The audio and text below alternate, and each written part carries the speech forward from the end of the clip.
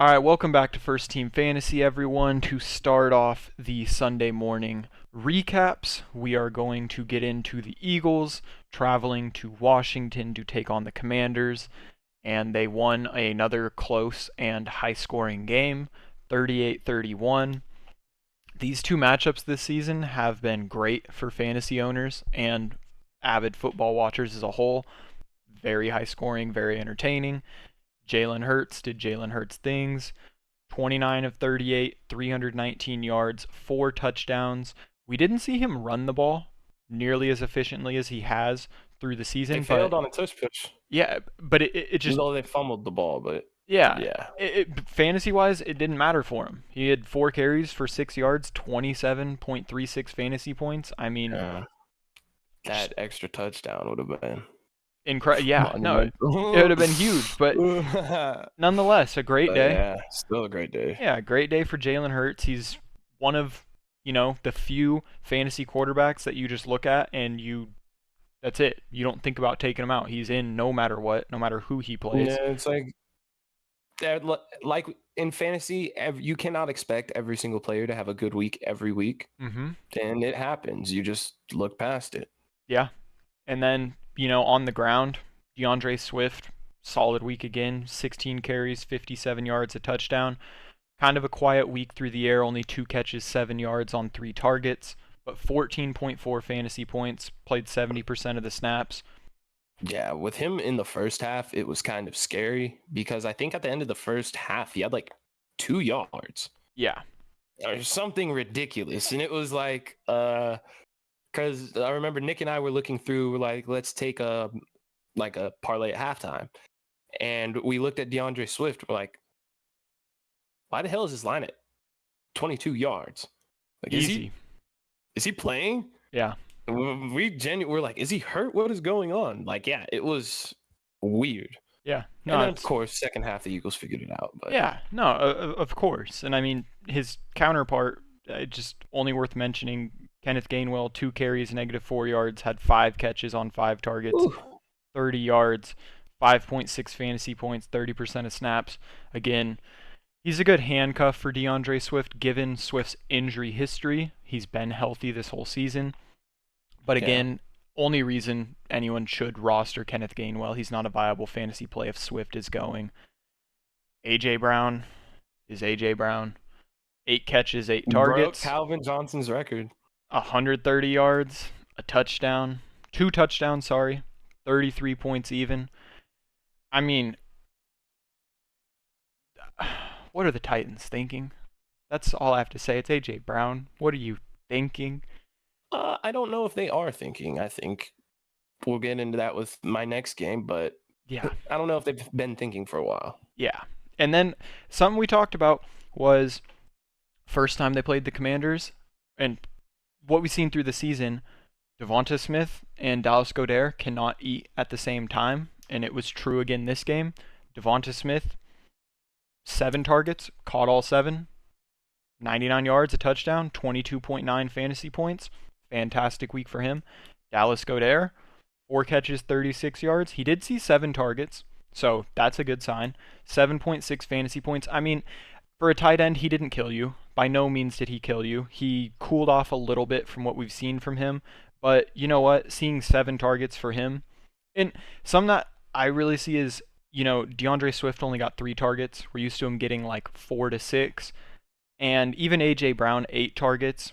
He's been around at least 10. So, I mean, Goedert did get his share of the targets. I'm happy seeing him getting 7 targets. He only got 7.6 fantasy points, but again, doesn't completely kill you at the tight end position. Julio Jones got in the end zone. 2 targets. Yes, he did. He caught one, which was a touchdown, 8 yards, 7.8 fantasy points. He only played 24% of the snaps. I think he'll get ramped up a little bit. He's probably on the... Not worth rostering. No. It's good to see. Yeah, it's good to see. On the very high side, he's going to maybe play like 50% of snaps. He's going to help them come playoffs. But fantasy-wise, no. Being the 3rd receiving option with Goedert there to also Swift able to catch it out the backfield, Gainwell. It's just there's not enough of that pie for Julio. So good to see him get in the end zone, but fantasy-wise, no. And on the Yeah. Commanders side of the ball, Sam Howell, 39 of 52, 397 yards, 4 touchdowns, a pick, 3 carries, 11 yards, 31.98, basically 32 fantasy points, the QB1 heading into Monday night. And a monster week. And he's now the QB8 fantasy-wise. And we're going to cover, like the Jags, for instance. But we just, like, Sam Howell at this point's a better fantasy option than guys like Trevor Lawrence. It's just where we're at in the season. When Justin Fields comes back, I still like Yeah, Sam. I mean, the one thing that I will say about that is it's hard to just say that because it's very matchup dependent, as Yeah. we've seen with Sam Howell. Yeah. So it's like there are weeks where, yes, I probably would take Sam Howell over a lot of other options, but there's also games where, like last week against the Giants, where they score 7 points. Mm-hmm. So he's very inconsistent, but in a good matchup, he's a great start. Yeah, no, and it's tough too. Like, yeah, against the Giants, Sam Howell had a tough week, 10.4 fantasy points. He had a tough week against Buffalo, week 3, 4.6. But outside of that, at least 16 points. He's broken over 20 Yeah. 3 times. I mean, it's worth mentioning that he's the most sacked quarterback in the league right now. I'm pretty sure he's like pushing David Carr's record, which is insane. If you know anything about that team, that Houston Texans team, trust me, like that is ridiculous. And the fact that he's putting up these numbers along, that's why I say team, like the bad matchups, like the Bills and the Giants, who have been very good on the pass rush this year. Mm-hmm. That's what seems to be the problem. Like, so it's just something to look out for. I mean, I know the Eagles have a good pass rush, but they've also been very, very susceptible to like the pass, and there's a lot of quick stuff. I don't know. It's just worth monitoring. Yeah. But no, absolutely. And then, I mean, before I get into the pass catchers, who basically all had a very good day, the running backs, Brian Robinson, I am concerned with this game. 10 carries, 59 yards, very efficient. 2 catches for 20 on 2 targets, 9.9 fantasy points, played 49% of snaps. It's just, since he had those first 2 weeks, 13.6, then 28.9, then he's gone 7, 13, 8, 13, 8, 9. It's just, we find them wanting to pass a lot. And even in a game that was close and Brian Robinson was running the ball efficiently, it still did not matter when Sam Howell's throwing the ball 32 times and Brian Robinson's getting 10 carries. It's just tough because they love passing the ball, and then that's where Antonio Gibson comes in, and he rushed it twice, 14 yards, 5 catches, 5 targets, 28 yards, 9.2, 51% of snaps. They just keep Antonio Gibson involved to a point where it does affect Brian Robinson. And I like Brian Robinson. He's crazy talented. But just going Chris forward, Rodriguez getting more involvement. Mm-hmm. And, well, in this game, it was funny because 7 carries, didn't he? that was last week. This game, Chris Rodriguez, for whatever reason, didn't even play a down. Oh, that's good. And it was Alex Arma who played 8% of snaps. Alex Arma? 29 years old, Alex Arma, caught a single pass, 0 yards, played 8% of snaps, but Rodriguez must have been hurt or something. That has to be a practice squad elevation. And that sounds so random. That must be, not that it really matters, but just the fact that they're getting a third running back involved is the issue in general. Yeah. And then, going to their pass catchers, again, very good day for everyone. Scary Terry, 5 catches, 63 yards, 12 targets, a touchdown, 17.3. We've noted how he always does good against the Eagles. Add this into the book as another solid game. Jahan Dotson was the star of this game. 8 catches, 108 yards, a touchdown, 10 targets, 24.8 fantasy points. I mean, crazy solid. Curtis Samuel was doing very well. He had 4 catches for 22 yards on 4 targets. He already had 6.2 fantasy points. He only played 19% of snaps before he left with that toe injury. I mean, it just shows like, Yeah. he was gonna have a good fantasy week, and then he goes out, and it doesn't even matter because Jamison Crowder comes in and has a great fantasy week. He played 32% of snaps and saw 7 targets, caught all 7 of them, 95 yards, a touchdown, 22 and a half fantasy points. I mean, it's a huge week for him. Am I looking at That's him as a crazy. viable fantasy No. option? No. But like he said, it's just crazy that he gets plugged in, doesn't even play half the game, and sees 7 targets, catches all of them. I mean, they were carving up the Philadelphia secondary. That's just what it is. I mean, Logan Thomas, the tight end, carving up the linebackers. 6 catches, 44 yards on 8 targets, a touchdown, 16.4 I fantasy think points. that's something right there that I wanted to ask him. Is Logan Thomas a guy we can trust?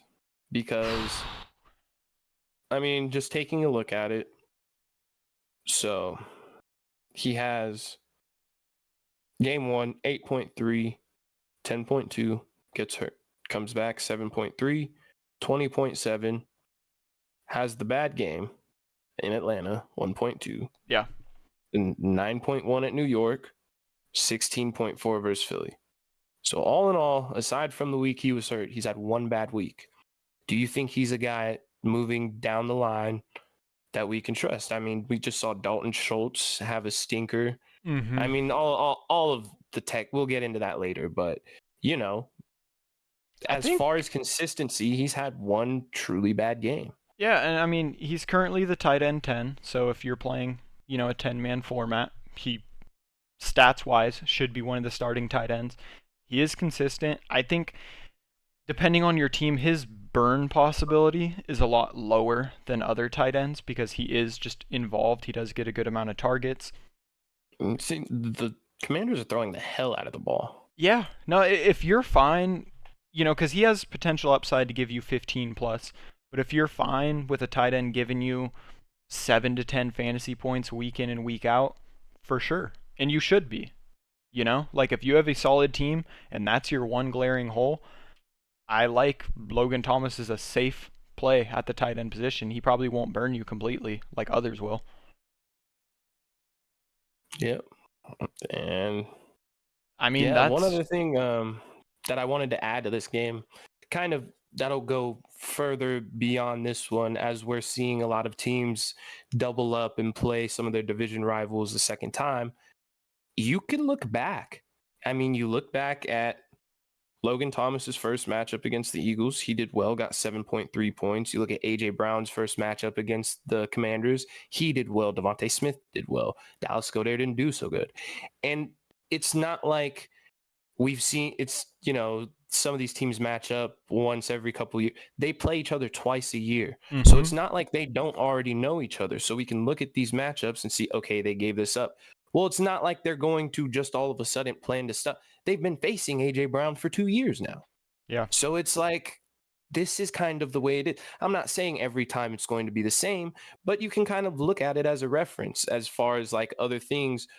Every other team, when you look at it like, oh, this guy did this against this team, and so this guy should be able to do this, but every matchup's different. But when the same team are playing each other again, that's the perfect reference. So that's just one thing I wanted to mention going into a lot of these teams that are going to be playing their division rivals the second time. Yeah, no, I 100% agree with that. And it's definitely worth noting. A lot of these guys, you can only game plan so many. When you play a team twice every year, you know what you're going to get. And if your guys are still doing good, then the second time it comes around, more than likely, they're going to do good again. It's just things you can't stop. Yeah, and there's once in a blue moon where, the Ravens stop Jamar Chase, but most of the time, you just know how it's going to be. They see each other all the time. Things don't normally change that much. Yeah, 100%. But that's all I got. Do you have anything else? No. All right. That'll be it for this one. Yeah, that's going to do it for our first one. We're going to be coming back individual videos for each game. We're going to be doing the Sunday morning slate today, in the afternoon, and the Sunday night, and the Monday night will be coming out tomorrow. As always, we appreciate the support. Feel free to drop any comments, questions, or advice you may need in the comments below, and we will see you next time. Yes, indeed.